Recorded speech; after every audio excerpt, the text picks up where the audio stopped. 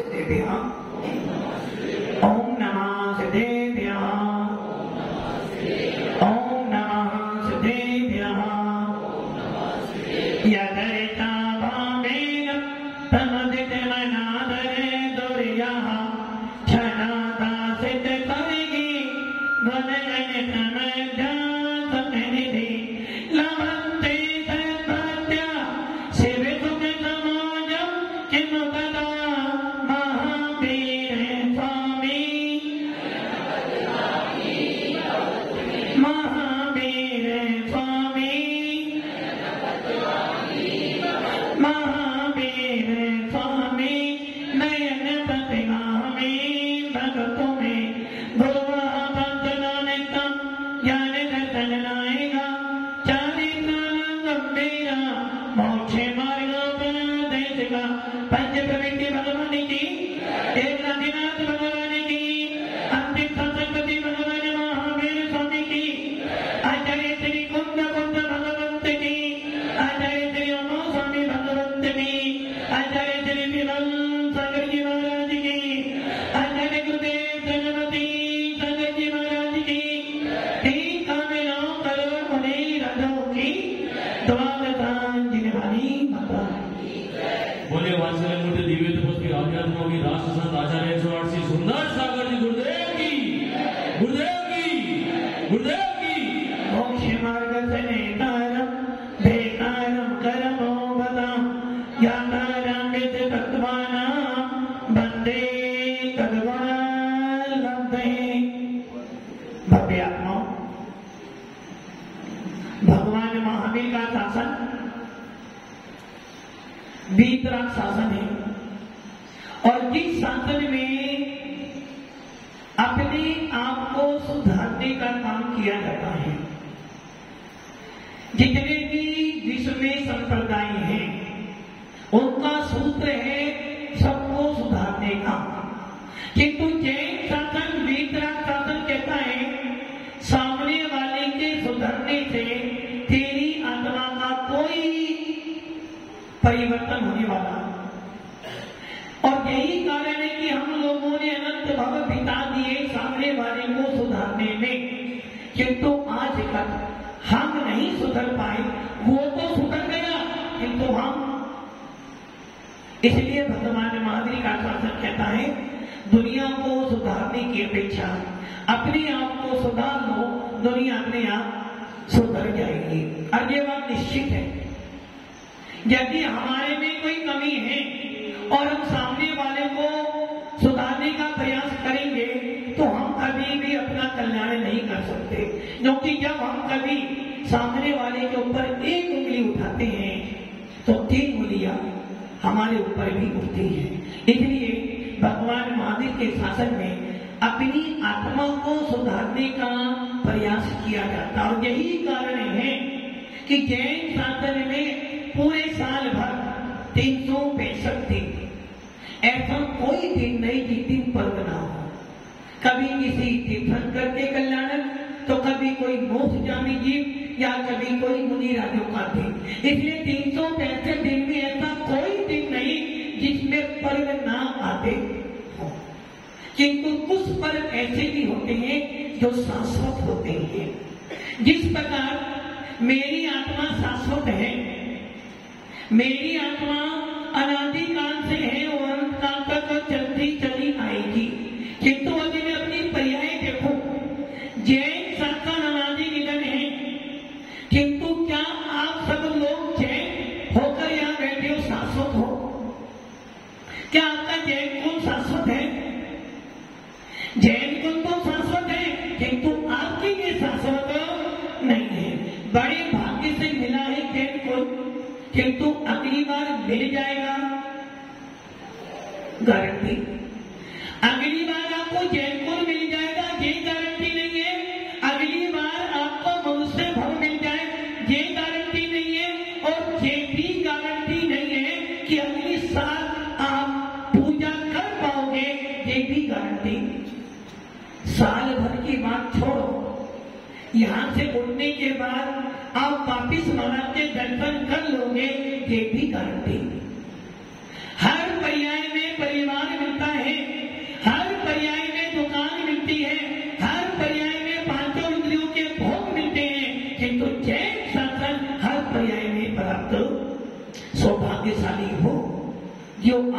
जैन शासन मिला है। सौभाग्यशाली हो कि आप नमोकार मंत्र बोलते हो और सौभाग्यशाली हो कि आपको बिना प्रयास किए देव सात गुरु का समागम मिल जाता है।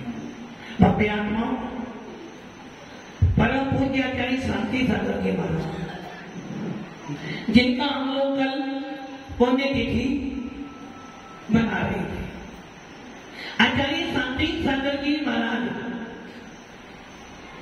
जिनको समडोली में महाराष्ट्र में कोल्हापुर के पास ऊद गांव के आसपास एक गांव है समडोली, वहां पर आचार्य शांति सागर महाराज जब मुनि अवस्था में गए थे, मात्र 2 उनके पास ढोलक थे।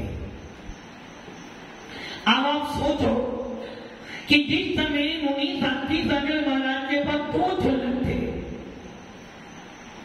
और उस गांव के घर देखोगे 500 घर जैन समाज के। उस समय एक मुनि के साथ में जो 2 ढोलक को देखने के लिए पूरा गांव आतुर रहता था।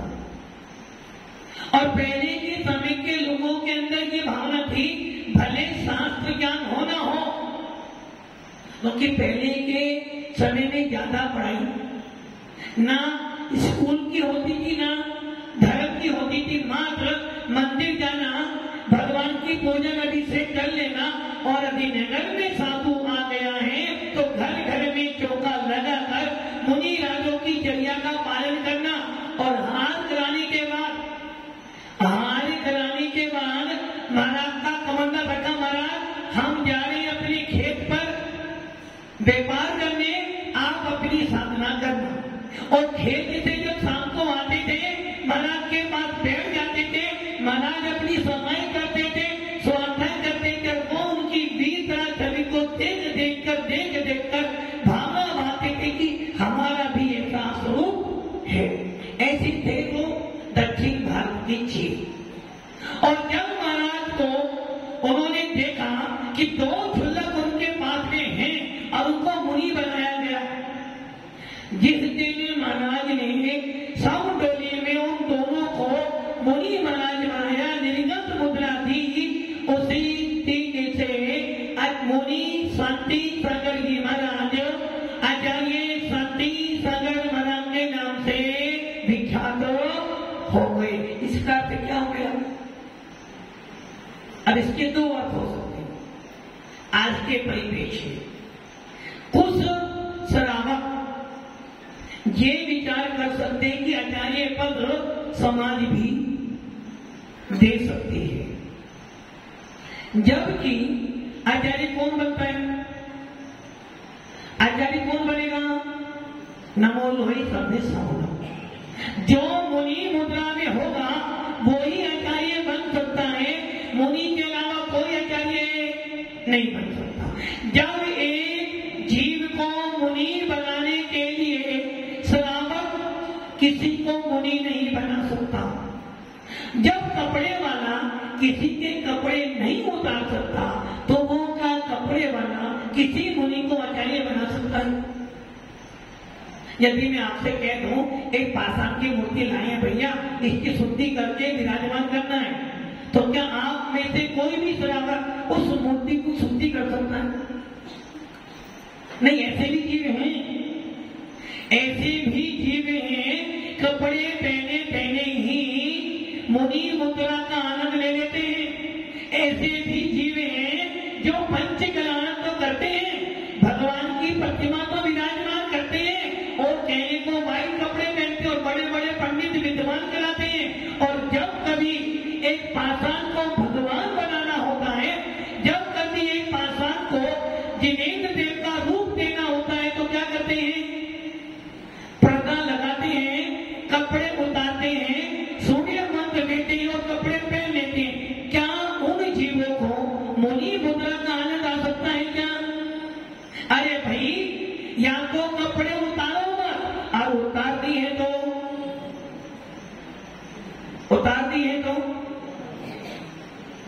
क्या करें? यदि एक बार कपड़े उतारते हो, तुम्हारे कपड़े संतोष जी डेली उतारते, मैंने कब बोला था यार, वो कह रहे घर को उतार, अरे कपड़े तो उतारे ना आपने, किंतु जो आप कपड़े उतारते हो उसमें मुनि मुद्रा का आनंद नहीं आता। जब आप कपड़े उतारते हैं तो मन में भावना है कि हमें कपड़े वो तो शरीर शुद्धि के लिए उतारे हैं, और जब कोई जीव वैरागी होता है वो जब कपड़े उतारता है तो वो सोचता है कि हे आत्मा, मेरा स्वरूप तो कैसा था, निर्विकार, मेरा स्वरूप कैसा यथा जात निर्गत मेरा स्वरूप है, इसलिए अब मुझे जीवन में कभी कपड़े। ऐसे भी जीव हुए हैं जिन्होंने बचपन से कपड़े नहीं पहने। एक आचार्य हमारे जैन शास्त्र में ऐसे भी हैं जिन्होंने जन्म लिया और जन्म लेने से लेकर मरण तक कभी कपड़े नहीं पहने, अर्थात घर में रहते हुए भी कपड़े नहीं पहने, और जब मुनि बने तो कपड़ों की बात जानते हो, तरीका नाम क्या था, जिनसे आचार्य, जिन्होंने जन्म लिया और जन्म से ही निर्गत रहे, और जब मुनि बन गए तब भी निर्गत रहे। तो अपने आत्माओं ऐसे भी जीव होते हैं जो मूर्ति को शुद्ध करने के लिए मुनि बन जाते और वापिस कपड़े पहन लेते हैं। ऐसा शासन भगवान माने का शासन नहीं है। आचार्य शांति सागर जी महाराज को समाज ने आचार्य पद दिया, और वो भी इसलिए दिया था कि उस समय आसपास अन्य कोई आचार्य नहीं थे, और मुनि मुद्रा, जो मुनि होते हैं वो ही आचार्य होते हैं। आचार्य तो मुनि हो सकता है, एक आचार्य मुनि भी होता है, उपाध्याय भी होता है, आचार्य भी है, किंतु एक मुनि आचार्य नहीं हो सकता। आचार्य पद पे जो विराजमान है उनके पास मुनि के भी गुण गुण है, उपाध्याय के गुण भी और आचार्य के भी गुण गुण है, किंतु एक मुनि के पास मात्र 28 गुण गुण है। भव्य आत्मा आचार्य शांति सागर जी महाराज को आचार्य पद मिला, और जब वो अपनी सलेखना करने के लिए तैयार हुए, और एक ध्यान रखना, सलेखना कब करनी चाहिए, आपका मरण कब हो, अच्छा आप दुकान कब छोड़ोगे, किरती की दुकान कब छोड़ोगे,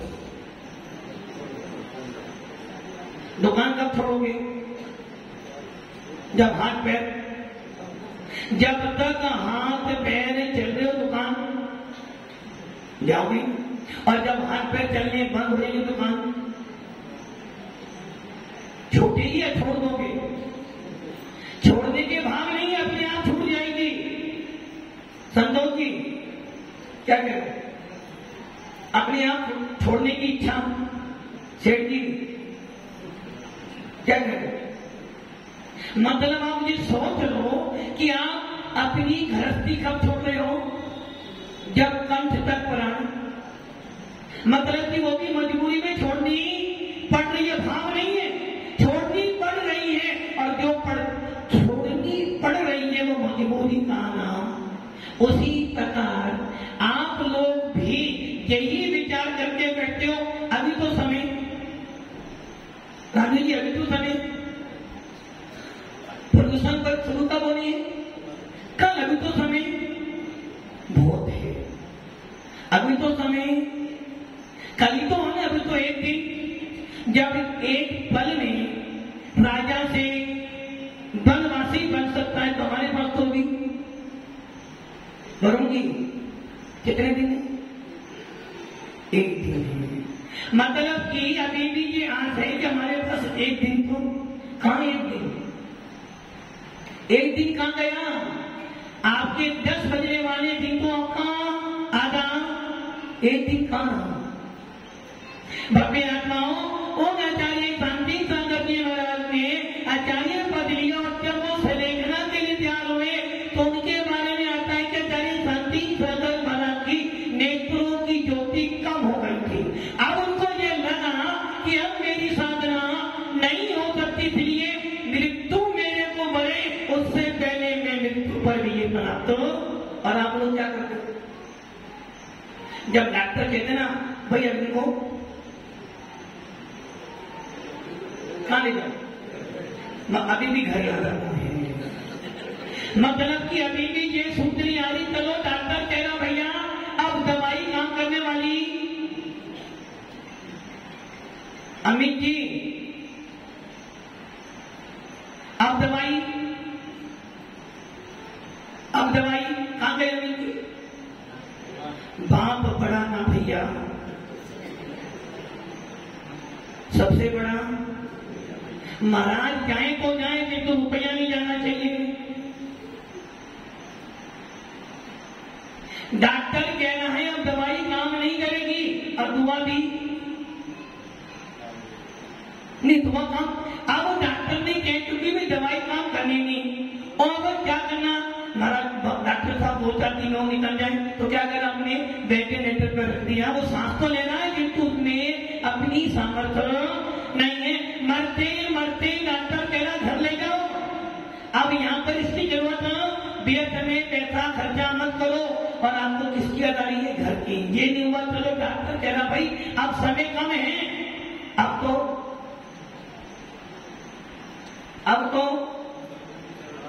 क्या करें? अरे गुरु की शरण कैसे क्यों नहीं देंगे? मतलब कि डॉक्टर कह रहा भाई अब तेरे पास समय नहीं है, ले जाओ इसको, हम अब सुधार नहीं सकते, फिर भी आप कहां जा रहे हो? घर। क्योंकि आपको पता है यदि ये मुनि बन जाएंगे तो इनका कल्याण हो जाएगा, और वो हम चाहते हैं। क्योंकि रागी जीव अपने आप को राग में फंसाता है और अपने जैसों को भी रागी बनाता है। इसी प्रकार बंबी आत्माओं आचार्य शांति सागर जी महाराज को जब लगा कि मेरी नेत्रों की ज्योति कम हो रही है, तो आचार्य भगवान समस्त बंधु स्वामी लिखते हैं उपसर्गे दुर्भिक्षी दुर्जया निष्पत्ति कार्य। जब उपसर्ग आ जाए, बुढ़ापा आ जाए, कोई ऐसा रोग आ जाए जिसका अब प्रतिकार नहीं किया जा सकता है, जिस बीमारी का कोई इलाज नहीं हो, उस समय क्या करना चाहिए साधक को? धर्माए तनु विमोचनाए, धर्म के लिए, अपनी आत्मा के लिए इस शरीर का त्याग कर देना चाहिए। और उसको आर्य जनों ने, तीर्थंकरों ने, केवलियों ने संलेखना शब्द से कहा गया है। अर्थात अपने अंदर समता भाव पूर्वक, अपने भेद विज्ञान पूर्वक, अपने रत्नत्रय की साधना करते हुए अपने शरीर का त्याग करना, इसे संलेखना कहते हैं। खसाई के वशीभूत होकर घर वाले मेरी नहीं सुनते, घर वाले मेरी नहीं सुनते, इतना सब करने के बाद सब मुझे बुलाए, बुरा बुरा बोलते, चलो अपन क्या करें? क्या करें? या तो पंखा या फिर प्रयोजन खा लो, मर जाएंगे तो तुमसे छूट जाएंगे। एक तानकना उसे कहते हैं आत्महत्या। कसाई के वशीभूत बनना आत्महत्या है, और कसायों का त्याग करते समता भावों से शरीर का त्याग करना उसे कहते हैं संलेखना। सम्यक प्रकार से आत्मा की साधना करते हुए, भेद विज्ञान पूर्वक रत्नत्रय की साधना करते हुए, समता भावों से निर्विकल्प होकर शरीर का त्याग करना, इसे कहते हैं सम्यक संलेखना।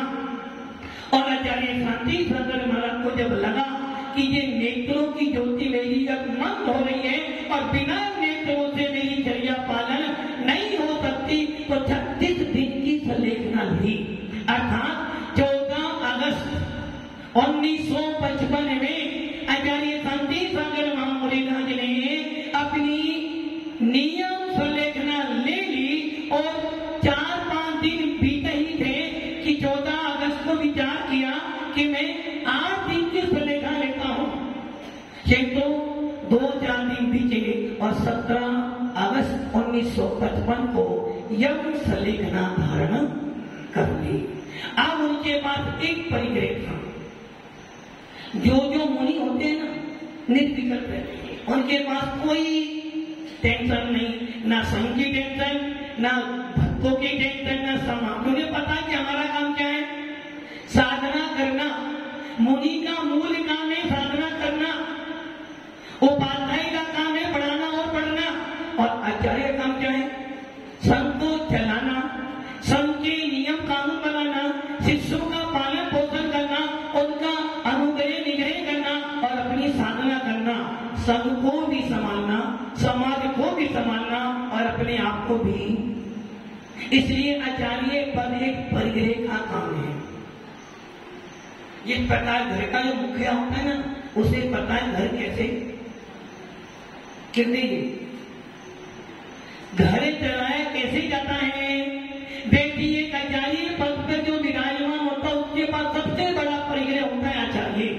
और जब तक वो अपने इस पद का त्याग ना करे उसकी श्रेष्ठ उत्तम समाधि नहीं हो सकती है। आचार्य शांति सागर जी ने विचार किया, मेरे बहुत सारे शिष्य हैं, ये आचार्य पद किसको दूं? तो उनके मन में भाव आ गए कि मेरा प्रथम शिष्य जिसको मैंने मुनि बनाया, और जब मैंने उसे मुनि बनाया तो मुझे क्या मिला? क्या मिला? आपके घर में कोई संतान ना हो और पहली संतान हो जाए, क्या संतान हो कि कोई तो पापा कहने वाला, कोई तो पापा कहने वाला मिला, कोई तो मम्मी कहने वाला मिला, और पहली संतान पे बहुत ज्यादा इसलिए उसी प्रकार आचार्य शांति सागर जी ने सोचा कि जब मैंने वीर सागर को मुनि बनाया था, मुझे क्या मिला था? आचार्य पद। और आज मैं आत्मा की साधना करने के लिए, निर्वाण को प्राप्त करने के लिए, उस सिद्ध पद की प्राप्ति करने के लिए पुनः मुनि बनने जाना हूं। तो क्या करना? इस पद को आचार्य मुनि वीर सागर को देना है। वीर सागर जी खानिया जयपुर में थे और महाराष्ट्र के कुंथनगिरी पर थे, बहुत दूरी थी, ना तो वीर सागर यहाँ आ सकते हो, ना में वहां पर एक पत्र लिखा गया और कोल्हापुर के भंडारक के हाथ वो पत्र प्लस एक मूंगे की माला महाराज ने दी और वीर सागर को कह देना, आज से तुम मेरे संग के आचार्य हो और तुम बहुत दूर हो, इसलिए यदि तुम मेरे पास में आ सकते हो तो मैं तुम्हारे संस्कार करता। चतुर्विधि संघ को मैं आदेश देता हूं कि मेरे बाद इस पद का अधिकारी मुनि वीर सागर बनाऊंगे। पूरे संघ को मेरी आज्ञा के अनुसार वीर सागर को आचार्य मानकर चलना है। कोल्हापुर के भंडारक प्लस प्रतापगढ़ के उनके संपत्ति घासीवाल जी पूनम चंद जी को वो पत्र दिया और महाराज ने अपने जीते जी ही उनको पद देकर निर्विकल्प हो गए। इसे कहते कुशल नायक का संघ के साधुओं को उपदेश देना। अब पहले के समय में माइक नहीं होते थे, पहले के समय में बिजलियों का इतना ज्यादा विकास नहीं था, और जब लगा कि आचार्य शांति सागर जी महाराज अब जाने वाले हैं, 26वां दिन आ गया। 26वें दिन पंडित मक्खन लाल जी मुलाना वाले जो आचार्य विमल सागर के परम मित्र थे और सीवनी वाले पंडित जी सुमेरकंद दिवाकर जी ने सोचा अब महाराज का 26वां दिन आ गया है, चलो महाराज से कुछ उपदेश सुन लें और वो उपदेश महाराज से रिकॉर्ड कर ले ताकि आने वाले समय में मोक्ष जाने वाले जीवों के काम आएगा।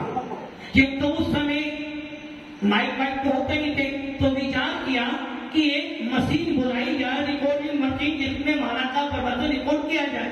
तो जितने बड़े बड़े पैसे वाले थे उन्होंने बोला भैया तुम पागल हो गए, 26 दिन का उपवास है महाराज का और वो क्या बोल पाएंगे, इसलिए हमारी उम्मीद से तो ये काम नहीं करना है। किंतु दोनों पंडित नहीं बने, महाराज के पास गए और निवेदन करा तो महाराज ने उत्तर क्या दिया, ये संसारी जी धर्म के काम में हमेशा लेट होता है। अरे भैया, अरे तुम मेरे पास पहले आ जाते तो मैं 10 दिन प्रवचन करता। मशीन बुलाई गई और बोले महाराज 2 या 3 मिनट आप अपने अनमोल शब्द बोल दो ताकि ये पूरी जैन समाज में निर्धारित हो जाए कि हमारे जैन मुनि अंतिम समय तक भी अपना और पर का कल्याण करने के लिए उपदेश देते हैं। और उस दिन महाराज का 26वां उपवास था और महाराज ने पूरे 22 मिनट उपदेश दिया, जिस उपदेश को अंतिम संदेश मानकर बड़ी बड़ी शिलाओं पर लिखा जाता है। और उनका एक वाक्य बहुत नेक था, संयम से डरो मत, भीरू नका डरो मत, संयम धारण करो। और उस 22 मिनट के प्रवचन में आचार्य महाराज ने जो बात कही, लगता है कि एक झपक जब अपनी अंतिम श्वास ले रहा है उस समय वो साधक अपने अंदर के दिमाग से जो उपदेश देता है वही हमारे लिए गिनवानी होती है। भव्य आत्माओं, ऐसे आचार्य शांति सागर जी महाराज ने 14 अगस्त के दिन सलेखना शुरू की और 18 सितंबर 36 दिन, 14 से लेकर 18 कितने दिन हो गए? 36 दिन सलेखना करी। और सलेखना क्यों करी उन्होंने पता हो, जब आचार्य आदि सागर अंकिलिका ऊदगांव में 14 दिन की सलेखना ले चुके थे, उस समय आचार्य शांति सागर जी महाराज अपने पूरे संघ सहित ऊदगांव गए, उनके दर्शन किया। देखा देखो एक साधक इतनी जल्दी सारा त्याग कर रहा है, और उनके सलेखना को देखकर उनके मन में भी समाधि मरण करने की ज्योति उत्पन्न हुई। और उन्होंने 36 दिन में 14 अगस्त के दिन अन्न का त्याग कर दिया, मात्र जल रखा और धीरे धीरे 36 दिन में कई बार जल भी लिया, उपवास भी किए और निर्विकल्प होते हुए 4 सितंबर को अंतिम जल लेकर 18 सितंबर 1955 में अपनी निर्विकल्प समाधि वर्ण किया। ऐसे थे हमारे चारी चक्रवर्ती आचार्य शांति सागर महाराज, इन्होंने अपने सम्यक दर्शन को मजबूत किया और साधुओं के लिए आदेश दिए गए कि भैया सम्यक दर्शन पूर्वक साधना करेगा तो तेरा मोक्ष मार्ग प्रशस्त हो जाएगा, और यदि सम्यक दर्शन पूर्वक तू समाधि वर्ण करता है तो 2 दिन भर में ही मोक्ष चला जाएगा। एक घटना और आती है, कोल्हापुर के भट्टारक जी एक दिन महाराज के पास गए, बोले महाराज हमें सपना आया है, जैसा आपको अपना कि कल तो महाराज जी हमारी चौकी में, और जब आ जाए महाराज का सपना में यही है। भट्टारक जी को सपना आया एक कि महाराज के पास बोला महाराज हमें सपना आया है और हमें सपने में लिखा है कि आप तीसरे भाग में तीर्थंकर बनोगे। महाराज ने सुना और उन्हें सोचा ये बात तो गले, क्योंकि तीर्थंकर 24 से होंगे और आने वाली 24 के नाम निर्धारित है, मैं बनने वाला नहीं, तो ये पंडित जी कहीं मेरी हंसी तो नहीं कर रहे। तो महाराज भी ज्ञानी थे, किसान थे, देखिए जी A4 एप्पल, D4 डॉग, किंतु महाराज जानते थे A4 हरियम, D4 दिगंबर। बोले जी पंडित जी हमें क्या रहे, तो महाराज ने बोले पंडित जी भट्टारक जी हमें भी सपना आया है, और कल ही सब हमें ये सपना 12 साल पहले आया था कि आप तीर्थंकर बनने वालों 25 में। तो भट्टारक बोले महाराज मैं क्या बन सकता हूँ? अरे भैया मूर्ख वाली बात क्यों करता है, जब तू नहीं बन सकता तो मैं कहां से बन जाऊंगा? अरे भाई एक दिगंबर साधु अपने सम्यक दर्शन के बल पर, अपने रत्नत्र के बल पर अपनी मुद्रा का विकास करके यही भवाचारी हो सकता है, किंतु तीर्थंकर होने के लिए तो पहले तीर्थंकर पद को बंद करना पड़ता है, जिसके लिए भावना आती है डर से विशोधि बांधना भाई, सोले तीर्थंकर पद पाए परम गुरु हो, जय जय नाथ परम गुरु। और आपको क्या करना है? दर्शन शुद्धि नहीं चाहिए, क्या चाहिए? महात्मा सब छूटे तो छूटे, किंतु महात्मा गांधी, क्योंकि महात्मा गांधी से देश चलता है और महात्मा गांधी से तुम्हारा परिवार। भव्य आत्माओं, ऐसे थे हमारे नायक जिन्होंने अपनी निर्विकल्प समाधि वर्ण कर हम जैसे मोक्ष मार्ग के मोक्षों के लिए एक प्रशस्त मार्ग किया। ऐसे आचार्य भगवान, आचार्य शांति सागर जी महाराज दक्षिण वालों का उपकार, प्रत्येक जैन समाज का व्यक्ति ऋणी है उनके योगदान के पीछे, जिन्होंने अपनी साधना के बल पर पूरे विश्व के अंदर जिन शासन की महती कामना की है। ऐसे आचार्य भगवान के चरणों में सकल मुनिपन, सकल चतुर्विधि संघ और सकल समाज नमस्तु करते भावना कि हे भगवान हमारी भी शुद्धि बढ़े, तीर्थंकर ना बने कोई गम नहीं, कम से कम सिद्ध भगवान को बंद